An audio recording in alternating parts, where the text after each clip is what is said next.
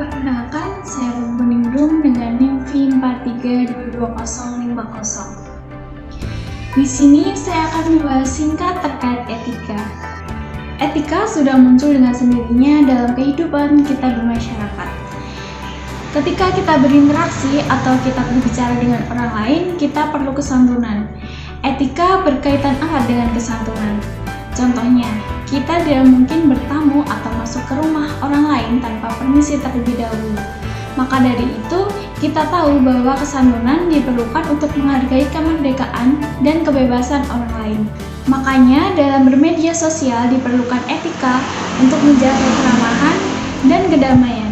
Indonesia merupakan salah satu negara dengan pengguna media sosial terbanyak di dunia.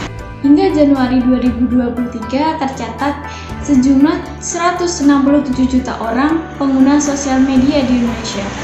Jumlah tersebut setara dengan 78% pengguna internet di Indonesia. Kalian pernah nggak sih nemuin orang atau netizen yang suka berkomentar asal atau ngepost berita hoax, bullying, atau mengumbar permusuhan? Atau jangan-jangan tanpa kita sadari, kita sendiri yang melakukan hal tersebut. Jangan sampai ya teman-teman. Jadi kali ini kita akan membahas tentang etika bermedia sosial.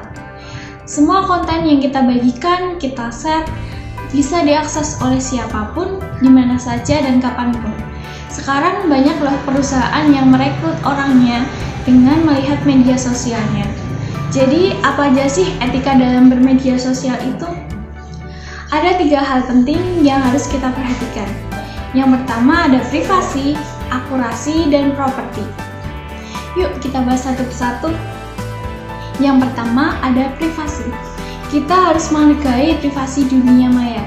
Jangan mengumbar informasi pribadi secara berlebihan, entah milik pribadi maupun orang lain tanpa izin. Seperti alamat tempat tinggal, nomor telepon, foto pribadi, nomor kartu debit, atau bahkan permasalahan pribadi dan keluarga.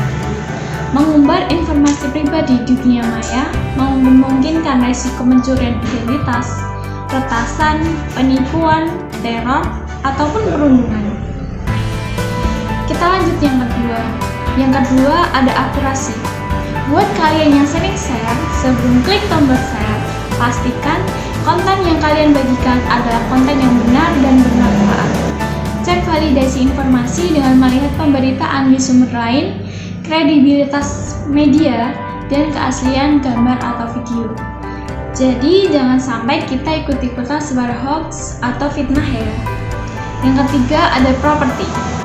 Kita harus menghargai hasil karya orang lain, entah itu dalam bentuk ide, gambar, video, tulisan, audio, atau video yang kita ambil, edit, dan kita bagikan di media sosial harus mencantumkan sumber. Jadi, jika kita tidak hati-hati dalam upload atau share sesuatu, bisa jadi kita berurusan dengan hukum atau jadi korban kejahatan di dunia maya.